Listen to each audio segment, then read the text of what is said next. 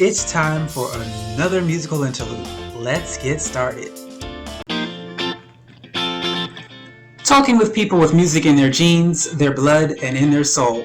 You are watching Musical Interlude.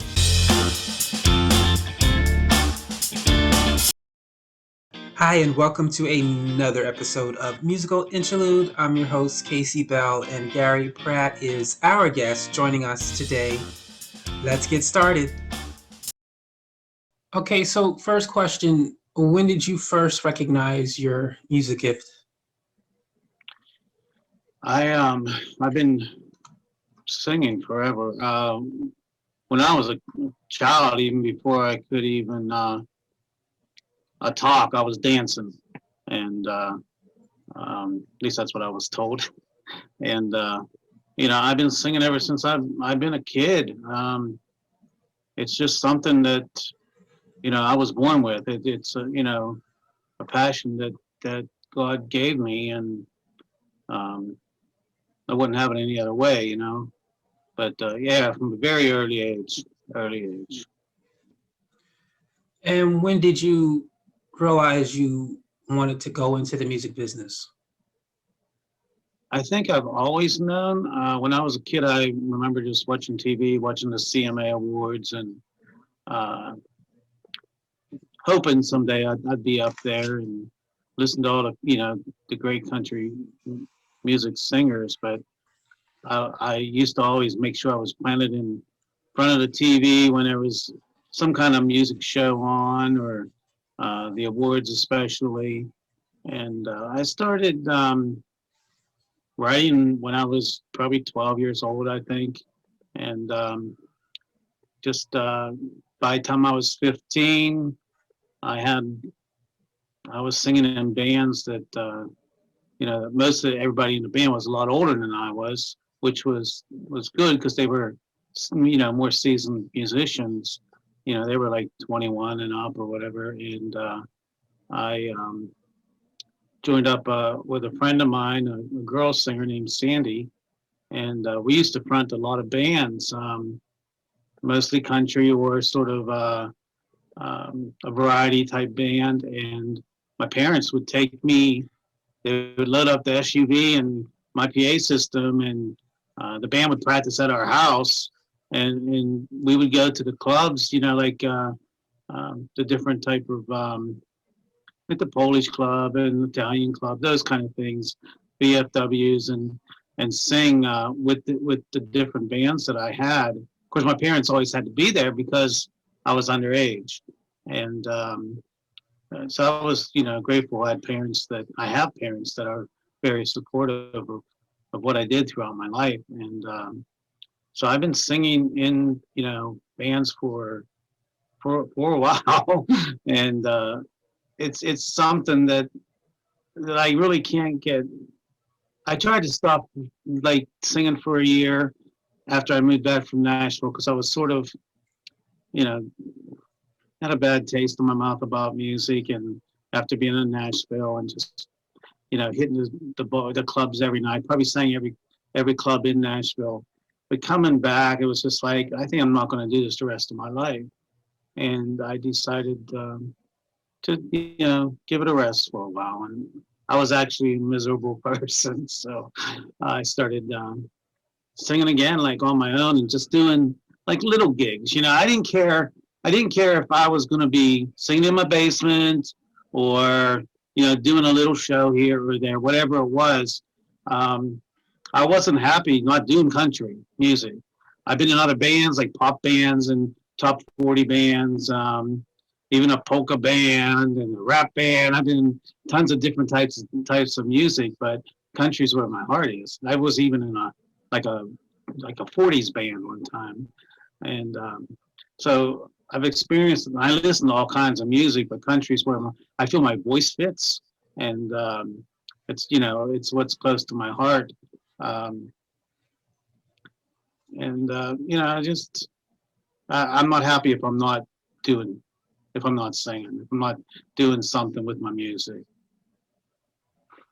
When you first started getting to the business as far as recording, what did you do? How did you get into it? And What are some things you learned about the business that took you off guard in the process of learning? Okay. I did my first CD years and years ago at a small studio in Latrobe, which is not too far from where I live. I live about 40 miles east of Pittsburgh. You give people an idea of where I live at, and um, and it was low budget. It was mostly all my own songs that we did. But back in 2009, I decided to do a more extensive type of a recording, and I went to the Soundscape Studios, which is now Tawny, and that's where I usually record at. And that was a whole different ballgame than the first time that I recorded a CD at that time.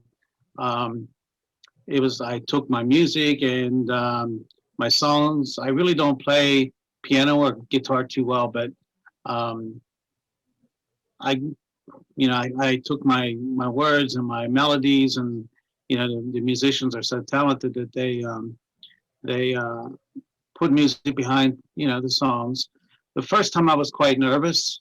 I didn't even know what to expect, because this was like state of an art recording studio, and comparing that to my recent recordings, it's just technology wise, it's changed so much. Um, that's one thing that I do know. And also, I've learned a lot of different things about mechanical rights and copyrights, um, and these I think it's ISRC numbers that have to be embedded in all your songs so you get credit when they are um, when they're played, when they're streamed or whatever, they're downloaded. And I didn't know none of that stuff. And I learned a lot, and I had to do a lot of that on my own before I got with MTS Records, who I'm with now.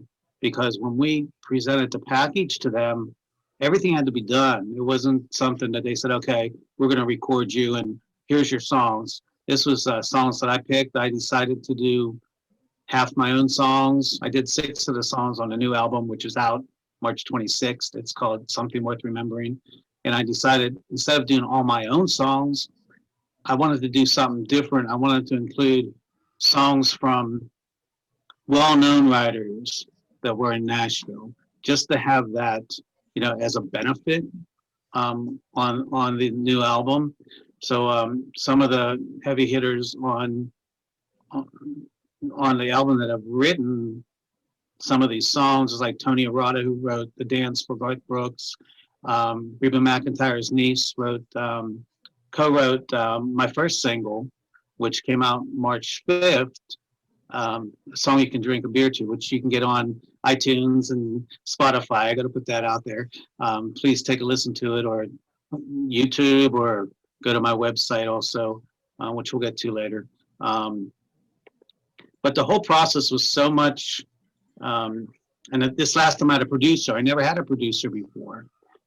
And he made me work harder on songs, had different ideas of other than what I had in my head. And you have to listen to people and take constructive criticism and say, yeah, hey, let's try that. If it don't work out, it doesn't work out. And so we worked real well together. My producer is Brian Cole. He works in Nashville and in Pittsburgh. Tonic Studios is located in McKeesport, and the owner of that is Doug Casper, and he's also the engineer.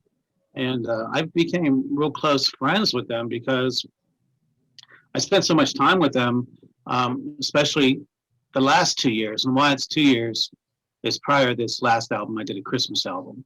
So we've been working on those 2 albums for about 2 years. And I was with these guys, every week, at least once or twice, 2 times, a week. And but the process was so much more relaxing because I was comfortable. Plus, I also had recorded at that studio before. I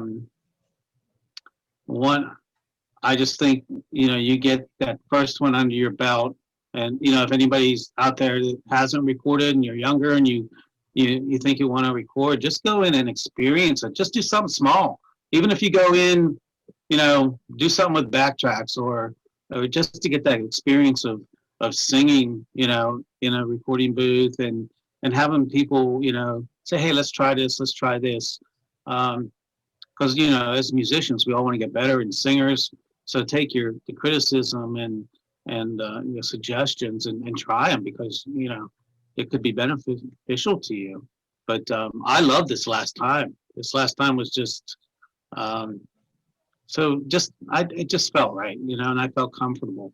Uh, so those are some of the things that I've learned. And if anybody's listening, they want to know anything about mechanical rights and where to go, and where you can get rights for some songs that you haven't written and you wanted somebody else to write, that wrote, you want to record them, hit me up on my email. I can guide you in the right direction. That's Gary Pratt, music@AOL.com. Cool. So talk about the your latest album, which you've dedicated to your brother. Yes. I think you talked a little bit about it. It's you said songs from well-known Nashville artists. Yeah. When I began this project, I wanted to dedicate it to my brother. He passed away about 3 years ago, and it's real hard on our family because we're so close.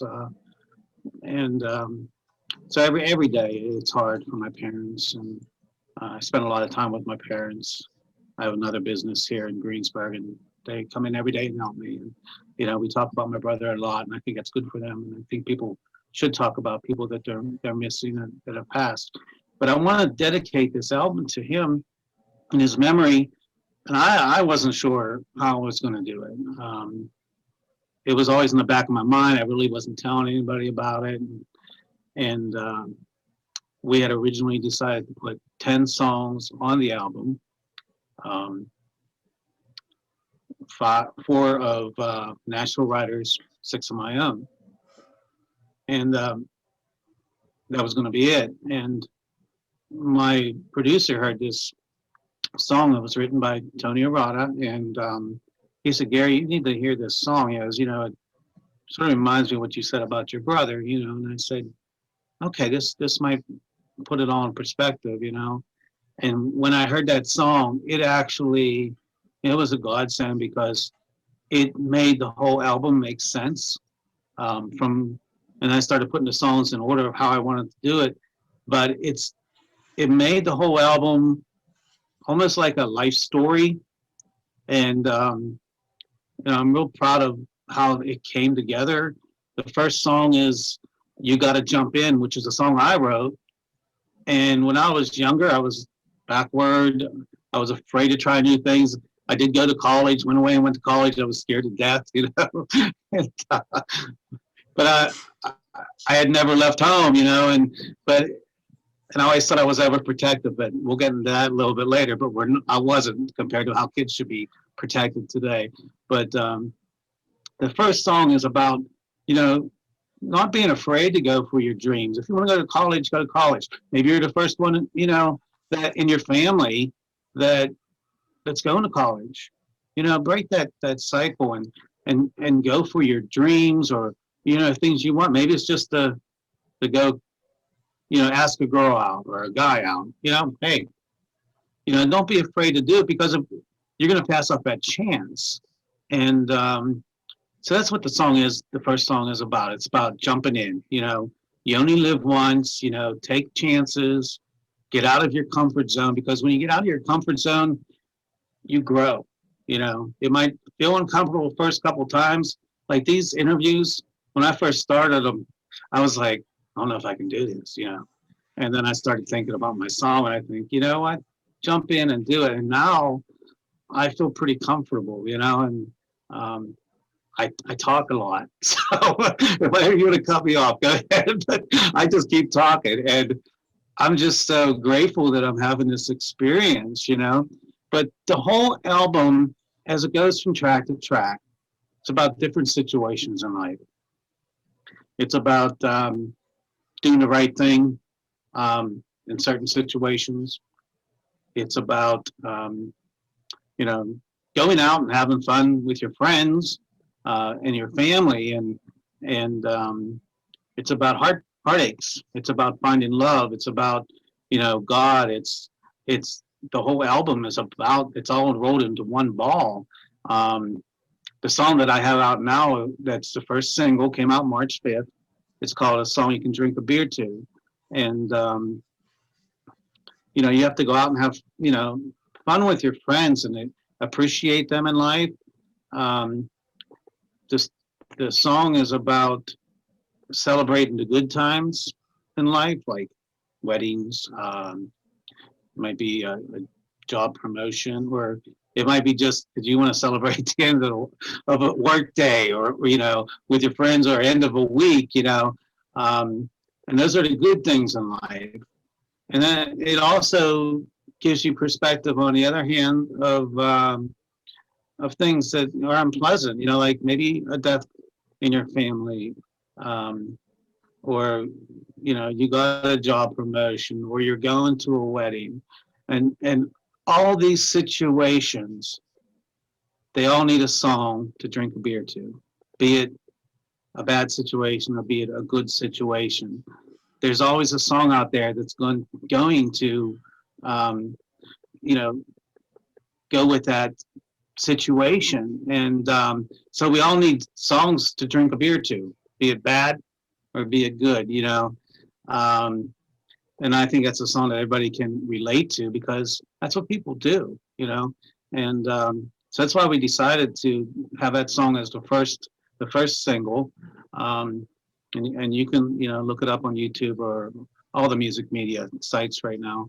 Um, and then it goes into finding true love, and knowing that's the right one in your life. You're sort of growing up through this album.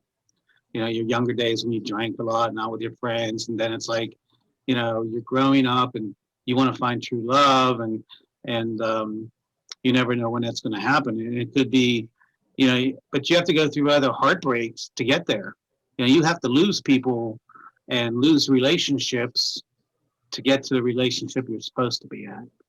And there's a song that I wrote on this album called "To Find Us," and when I wrote it, I wanted it to be a duet, and we did it in the studio in Pittsburgh. And I kept telling my producer, I was like, I really want this song to be a duet, and I need to find a girl that will, that I want on the album, because I am sort of partial to duets. I love when, uh, just how the voices sound of a guy and a girl, but together with nothing else, around them. Um, so I said to my producer, I said, well, MTS is thinking about, you know, promoting my album, and I sort of want to give him a little bit of a surprise. I said, there's a girl named Savannah Nider, and awesome voice. And I said, I know she lives in Nashville, but do you think she'd be interested in doing a duet on this song with me? And he goes, let's check it out, So um, my producer and I we drove down to Nashville. I met Savannah for the first time, and she already had an idea what the song was all about and how we were going to do it. So we recorded that song down at Omni Studios in Nashville. It turned out awesome, and I love having her on the CD. I'm so glad that she said okay, she'd do it. Wonderful girl. Her husband's a wonderful guy.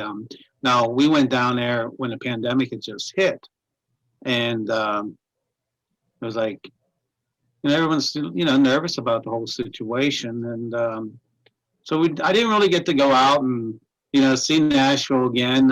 It was a while since I was down there, but we did drive through, and it was like I was almost lost because it's grown. Things changed. Just Broadway changed from when I was there, and I was sort of lost of where I was, but I'll be going again there soon, I hope.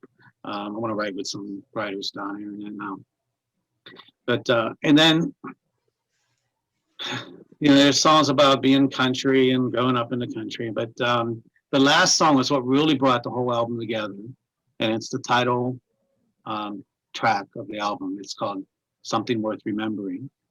And when I heard this song, it reminded me of my brother, um, doing good things for others. I'm not saying he was a saint, because he wasn't, but he always did, good for his family and his friends. And looking back now that he's gone, that's when I appreciate it more.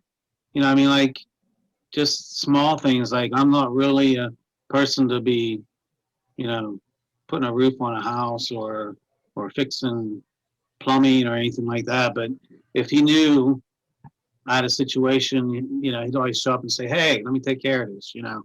Um, Sometimes I'd wake up in the morning, we'd have snow, and I'd look outside, and my sidewalks were clear, and I'm like, first time I was like, "When do you clean my sidewalks?" And then it was him. He was on his way to work, and he said, "I know you have to get in there, so I got your sidewalks all done, your driveway." I'm like, holy shit. But I really appreciate it then, but I really appreciate it now.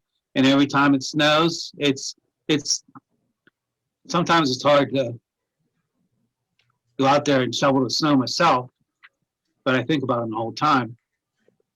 And I used to love when I'd be playing all the places I played, not all of them were nice places, And he's a big guy. And, well, both of my brothers are big guys, and I'm not. I'm a little guy. So if I was playing a rough place, he'd, I come out to hear you sing, but I know what he was doing. He was there just in case there was a problem. He'd be there to, help break it up or take care of it. And I guess I'm the oldest. He was protecting his bigger brother, but I really wasn't the bigger one. I was just the older one, I guess. But that's from in a nutshell, it's a life story, from beginning to being afraid of things to growing up the whole way through the album, and at the end, beating addictions and overcoming fears, and then knowing what your life is, and doing good for others, and even if it's the smallest thing, because that's what you want to be remembered for. It's not all the trials and everything that you've gone through. It's what you end up to be, and that's what you need to be remembered for. And he made his mark on this world, and we missed him, like I said. But that song, it put the whole album together, which made it possible for me to dedicate it to my brother, because it just made so much sense then. So I believe that song was a godsend, for me to do. And one of my idols was Garth Brooks, and Tony Arata wrote the dance. So that was, it's an honor, and I'm blessed. So. Excuse me. Thank you for sharing that.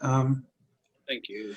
So my last question that I have for you today, this is a fun question. Okay. If you can think of anyone in the music business, dead or alive, that you would like to collaborate or work with, who would that be and why? I have thought of this, and sometimes my answers change from day to day. And I've thought of people that have passed, and I've thought of people that, are alive. And there's so many people who wouldn't be honored, to be in the company of some of these great people. I'm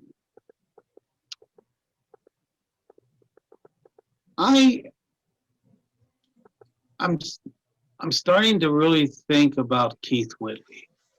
I don't know if you ever heard of Keith Whitley before, but he was a great singer and songwriter. He was married to Lori Morgan, who actually I opened up for one time. And his songs, are awesome. You got to check them out sometime if you haven't heard of them. I think me and him would have hit it off pretty well. So, and to be on stage, with him, if he would have lived, unfortunately, he died at an early age. I'm not sure, but I know he had a few albums out, maybe 3, if that, I think. But I think we would have had a lot to talk about, and music-wise and personal, and that's my answer today. You were cheated on. Oh, you're a soldier, got your orders. You're shipping out in the morning, where you spend half your paycheck just to see this show tonight. You wanna hear a song you can drink a beer to, dance all night, cry if you want to. Remember how good it was back then. Forget while your heart is breaking. Raise your glass, tip it back. Nothing else in the world makes you feel like that. Wherever you're standing, whatever your point of view, there's something about a song you can drink a beer to.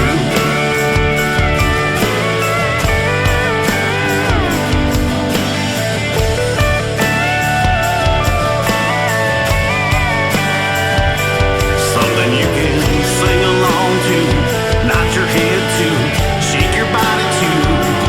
Something you can hold on to. You wanna hear a song you can drink a beer to, dance all night, cry if you want to. Remember how good it was back then. Forget while your heart is breaking. Raise your glass, tip it back. Nothing else in the world makes you feel like that. Wherever you're standing, whatever your point of view, there's something about a song you can drink a beer to. Yeah, there's something about a song you can drink a beer. And I need to mention the guy who did all the music on both of these albums. Well, we're talking about this last album, but he did the Christmas one too. Adam Ernest, amazing artist and musician. He plays every instrument imaginable, and he just signed with Sony, so I'm real proud of him. And Savannah Nider and my friend Matt Weston's also on my album, doing some backup, and Doug Casper, the engineer, and and Mike Stover with MTS Records. They're making me grow and helping me grow, and it's an amazing journey right now. So, Just say your producer's name again. Brian Cole. Okay. That is all the time we have for you today on Musical Interlude. I want to thank our guest, Gary Pratt, for stopping on by, and of course, you, the audience, for watching. Thank you so much. Have a great day.